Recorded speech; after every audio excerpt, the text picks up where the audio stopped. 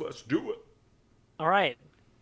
So let's get back into our party topic. This week, I came up with an idea.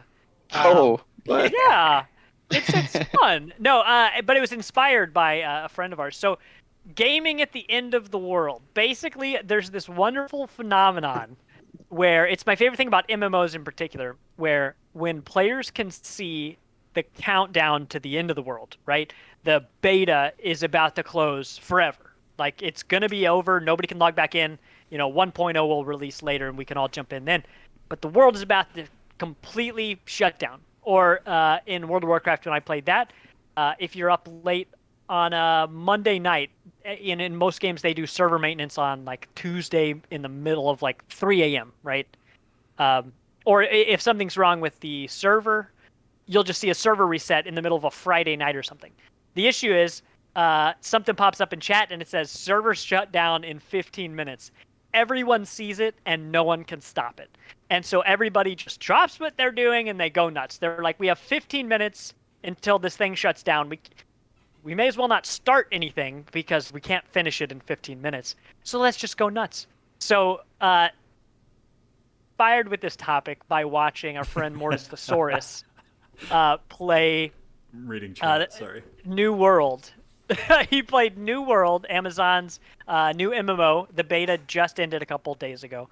And I boot up chat, and I see this long line of people, most of them naked, and they are crawling around on the ground because the game is hours away from ending. The servers are about to close, and they are just crawling around on the roads all around the entire massive map.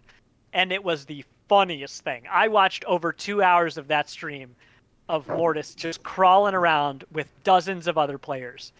That was such a long snake of people. Right? I have a question that is semi-related. Is New World good? Does anybody know? It seems like it, honestly. Okay. As far as MMOs go, it's really... I'm not going to play it. I'm not interested in MMOs right now. But as far as like watching an MMO from not only a Twitch standpoint, but from new mechanics, like what is this introducing to a genre that has really felt stagnant for basically 10 years? Because WoW got so stagnant, it re-released itself, and then it's dying again. So I liked what I saw. I wasn't the one playing, so someone who had hands-on would be better for this.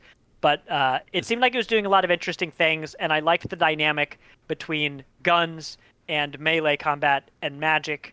I didn't see a lot of magic. I mostly saw guns and melee. Devi, I know that you had mentioned something about magic. Maybe it sucks. Well, I didn't see much of it, so I have no reason to doubt that. The only magic I saw was when the line of naked humans was crawling around, and a bunch of characters were like stacking spells that just looked really cool all over the pathway that the people were taking. Yep. So I had such a blast watching that, and like I said, MMOs are they're not my thing anymore, even though I used to spend years of my life loving them.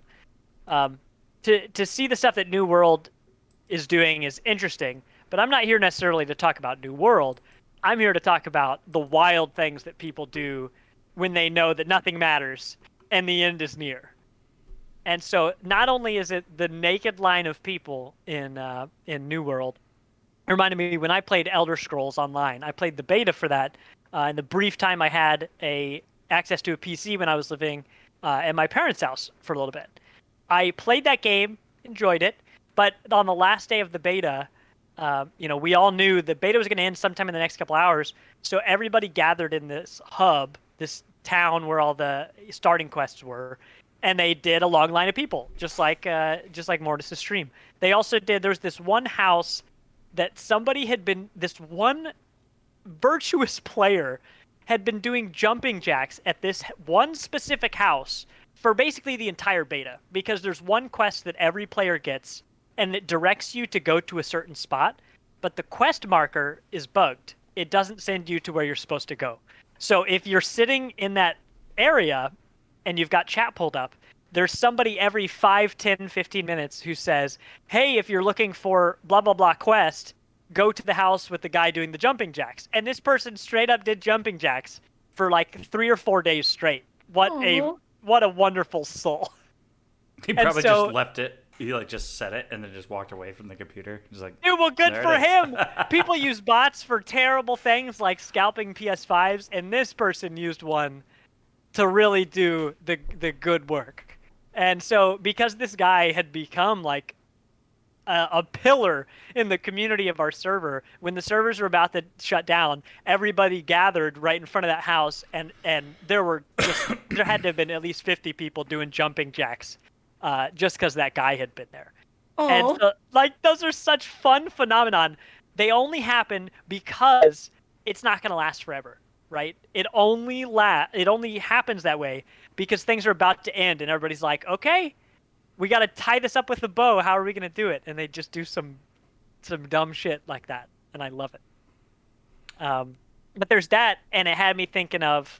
Well, so when I proposed this topic, I planned on going and looking up some articles that I've read in the past. Well, my life's been crazy this week. That did not happen. But when I was thinking about other examples, it reminded me of stuff. Been playing Overwatch, and a match ends, and it's like, the round's over, and the next one's about to begin. Everybody just jumps off the edge of Everybody's something. like, oh, I'm going to jump in this pit and die. Yeah. And it feels right. Like, it feels like that's what you're supposed to do, In it's Halo, the rite of passage into the next round, Right. Yes. You can't respawn until you've died first. And so it reminds me when I played Halo for years and years, there's the classic, okay, match is over, immediately turn to your teammates and just hit them with your gun. Just get them. That's why we have such good dance parties in Rogue Company. Yeah. Oh my god, the dance parties are amazing. Yeah, I love. when those usually what happens is you win and you're dancing on the point, and then some really mad person comes around the corner and just starts lighting you the fuck up. This grenade just like tink, Yeah. boom. You're like, oh, that sucks. Which it feels like that actually counts as kills because it like makes the noise and Yeah, it does sometimes. And you hear yeah. it cha-ching and you're like, Dude, what? Overwatch does that too. So if you just won the round and everybody still has their ultimates, you just use them because then you get to hear double, triple, penta kill. Yeah. I don't have a lot of experience of MMOs. Most of my stuff that would be like, and you say end of the world, mine are post-apocalypse. They are trying to get a group of friends to play a game that is now dead. Like there's just no one there playing them. I remember I was living with a buddy of mine, and we all had Xbox 360s. So this will show you where we were at years wise.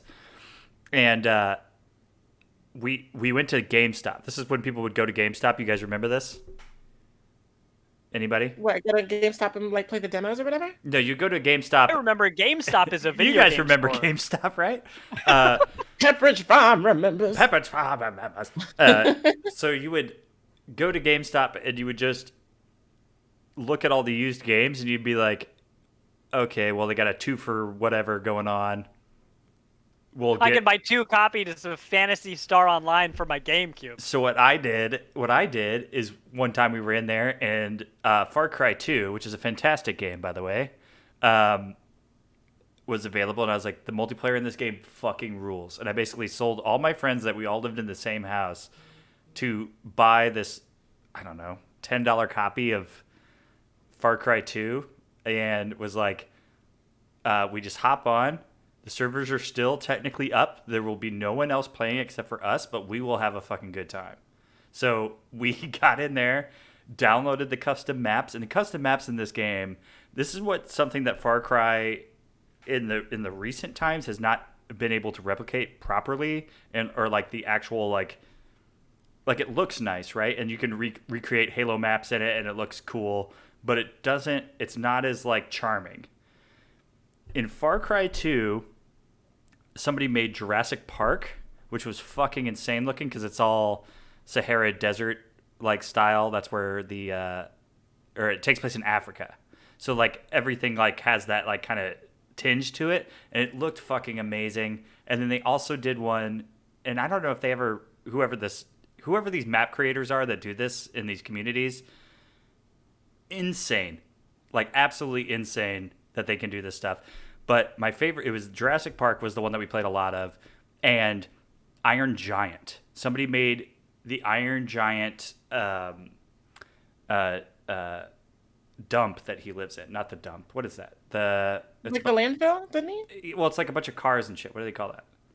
Trash. Junkyard. Oh, Junkyard. yeah, the junkyard. Yeah. So it would always like So somebody made a bunch of trash, and that sounds Somebody great. made a Wow, bunch of Chris, trash. you need to set your bar a little higher. and like literally in the middle of the junkyard was an iron giant sitting there, and it was perfectly replicated, and his hand was open like this. And after you play a while and everybody would die, some people would spawn in his hand. Like every once in a while, a random player would be spawned up in his hand and just start trying to pick people off from the Iron Giant's hand. That kind of stuff was so fun because you knew that the only people that were on there were your friends, because the game was over. Like nobody played that game anymore. It wasn't Far Cry 3 wasn't out yet, but it was like nobody Dude, plays I this didn't game even anymore. know Far Cry 2 had any of that stuff. So like truly, Far Cry 2 was insane. You would heal yourself, like, and they did this in other Far Cry games too, but it was way more graphic in Far Cry 2.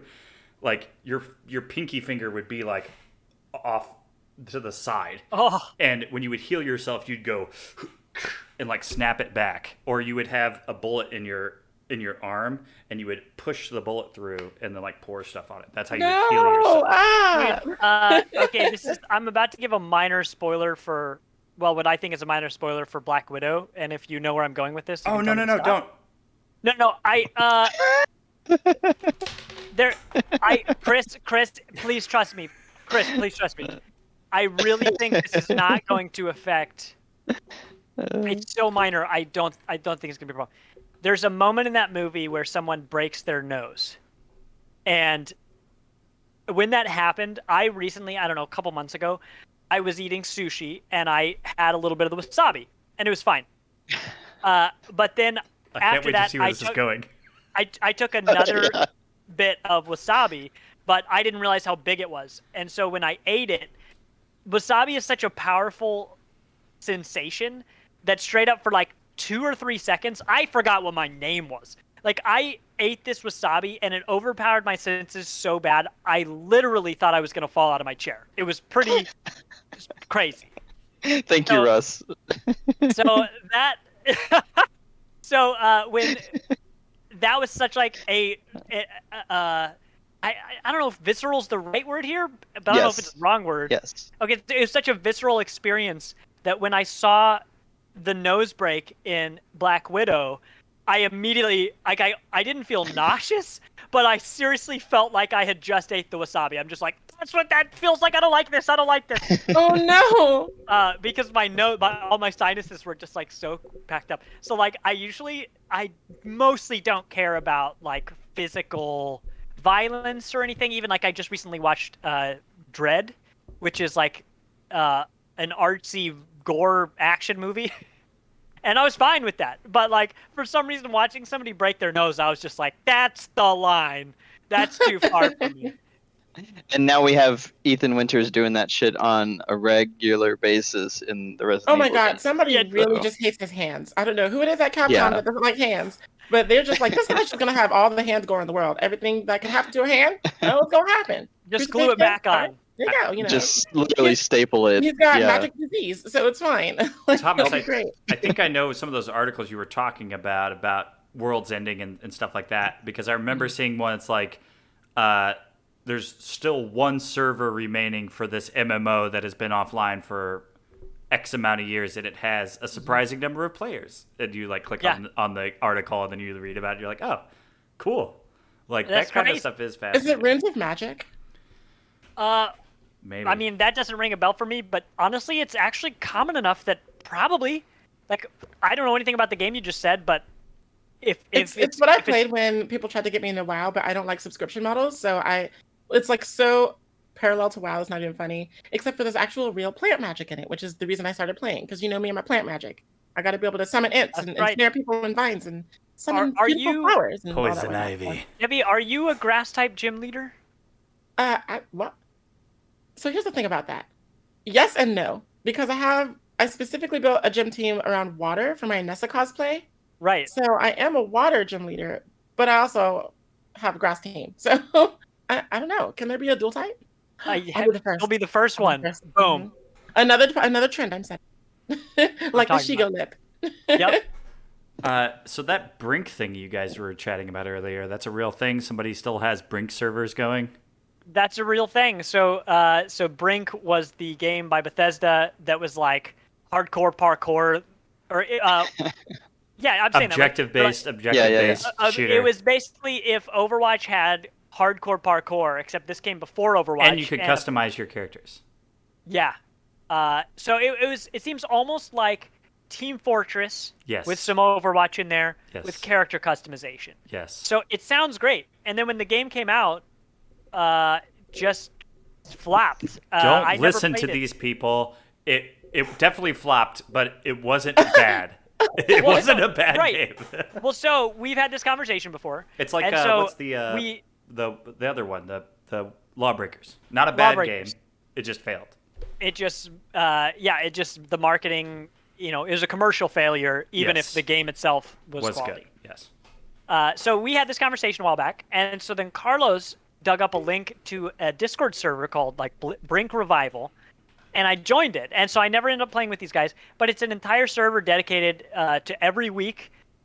These people get together and they play Brink together, and they'll have like, hey, we're playing on these maps this time, or people will get groups together throughout the week. But they're keeping that game alive because, like, Chris, you're talking about it. I'm like, that sounds great.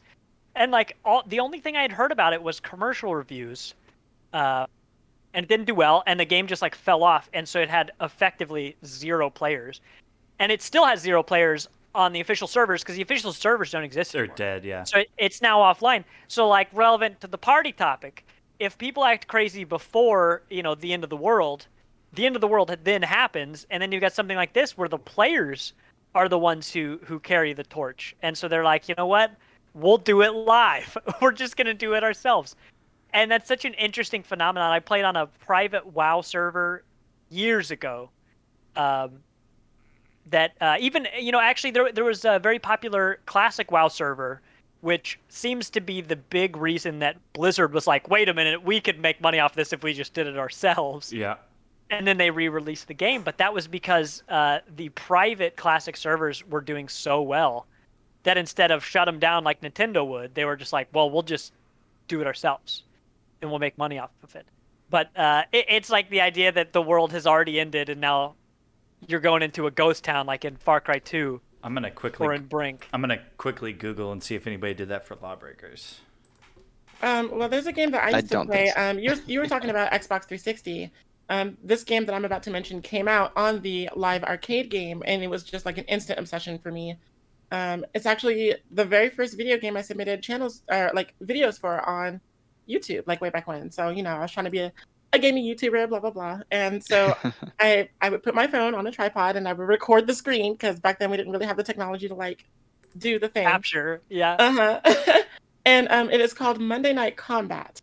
And it is a third-person shooter MOBA game, which did have a sequel called Super Monday Night Combat, which was more Smite-like. But this original one, it was so much fun. And there is still a group of friends, and they'll still invite me sometimes too.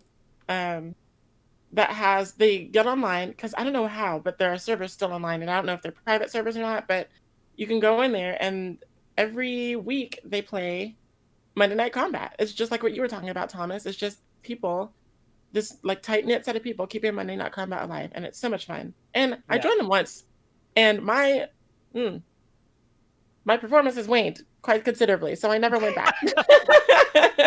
I was just like, wow, I used to be so good at this game. What happened to me? Like, dude, right? Because it's like, even I was complaining before. I don't remember if we were live at the beginning when I said this, but in Overwatch, it has a problem where Smurfs are a problem. So the ranks are all skewed. So you'll end up playing against someone who should not be. They're playing way above your level, but they've manipulated the game to get to your level.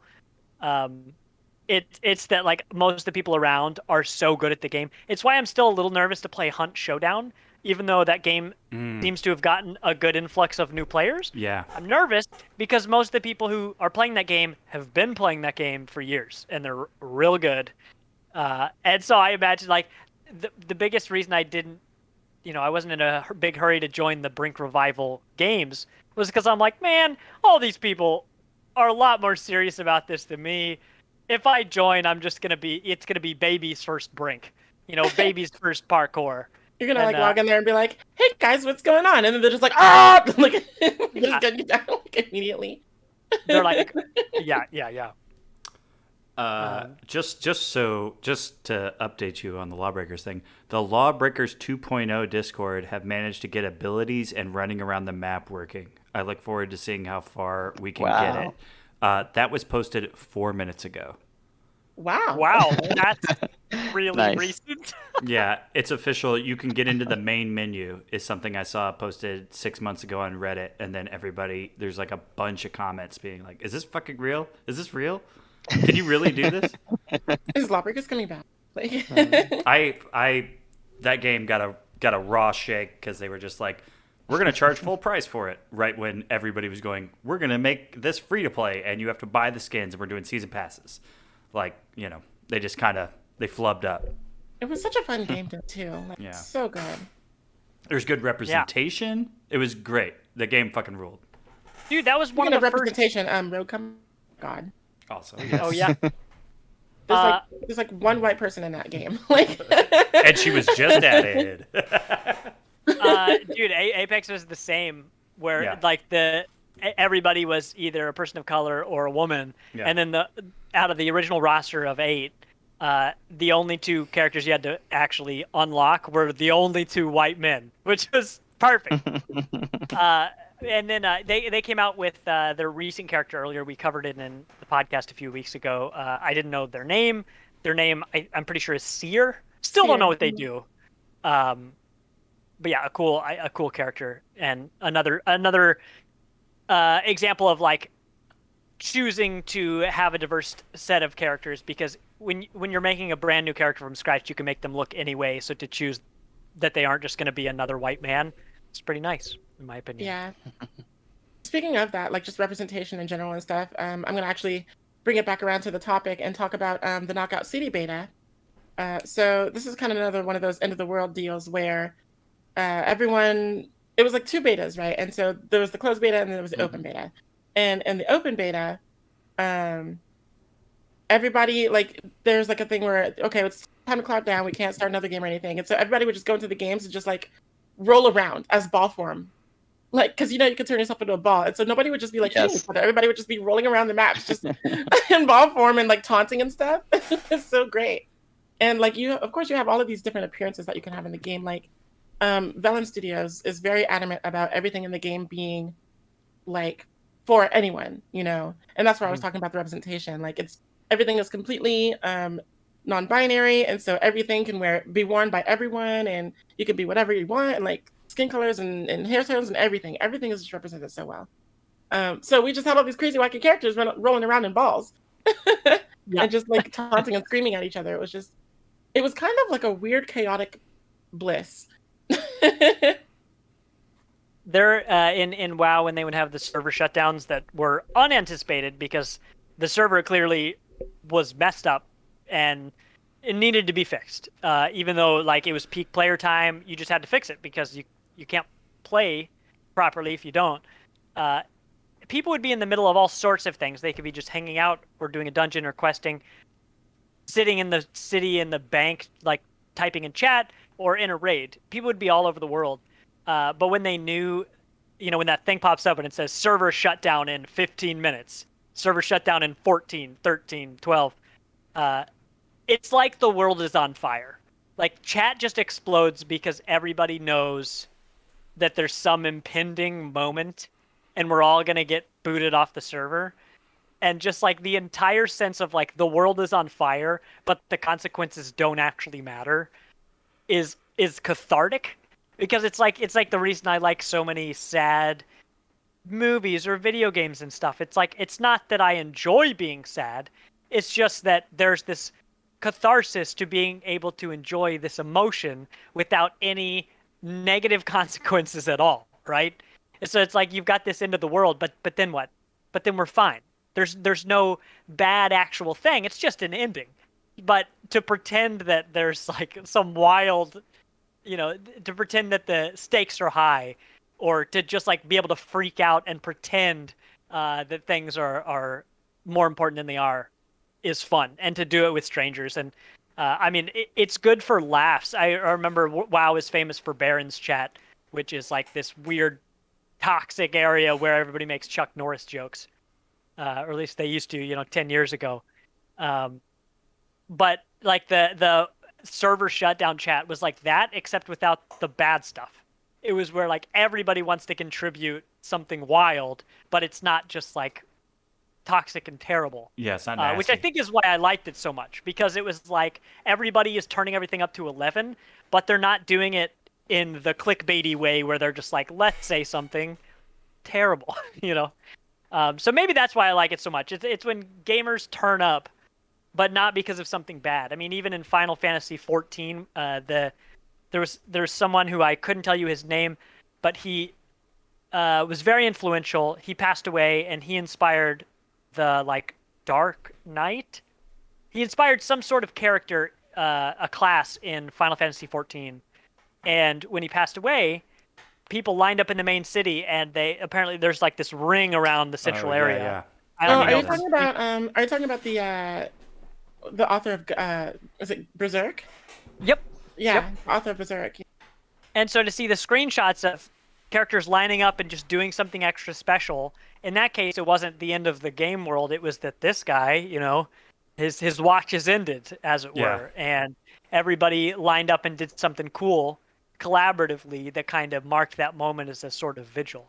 And so I just love that idea in a world where we can be anonymous and terrible if we wanted to, that people choose to take those moments to do something constructive and collaborative and creative to kind of mark those moments. So like in that case, it wasn't that the world's coming to an end, but there was an ending and people wanted to pay tribute.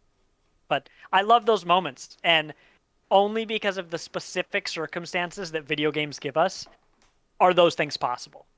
When the finale of a TV show comes up and everybody's excited about it, there's energy and there are forums and all this stuff. But to have physical avatars in a game where you can do something is really something special. And enough that I wanted to talk about it at length tonight. But I love that stuff. I don't want to play any MMOs, but anytime anybody in chat sees a story like that, please send it to me. I can't get enough of them. The last one I would have is, I definitely don't have an article for this because this was an in-print Game Informer article, but it was about the ending of Star Wars Galaxies, the original Star Wars MMO before the Old Republic. Mm. And I didn't know and still don't know very much about that game at all, but the article was this cathartic walk through the very last day of this server. Everyone knew that at midnight the server would go down, and as a result, just like you said, Carlos, everybody logged in. They were just like, "Oh, the light's about to go out, so let's see what's here." And it was this story of this person just walking all throughout the world and seeing all the different ways that people were basically coping with the end of this game. I mean, they'd either be doing, they'd be outside the main cities dueling, or they'd be inside, like using emotes, like you said, or they'd go and try to just do some wacky achievement that normally you'd never get enough people for. But guess what? Everyone and their brother logged in on the very last day, and stuff like that. And that really stuck with me. And I wish I had a copy of that. Well, I wish I had a digital copy of that article, because that's kind of the thing I always think of when I think of this kind of topic. It's just such an interesting thing to me because people can choose to be any type of way. And to see how people act in the face of a situation like that is just remarkable because it's generally pretty unique. Like, it's pretty hard to replicate, and it only happens when it's on a certain scale and when it's available to a lot of people, which is only possible in the age of the internet. So I think that's all I've got.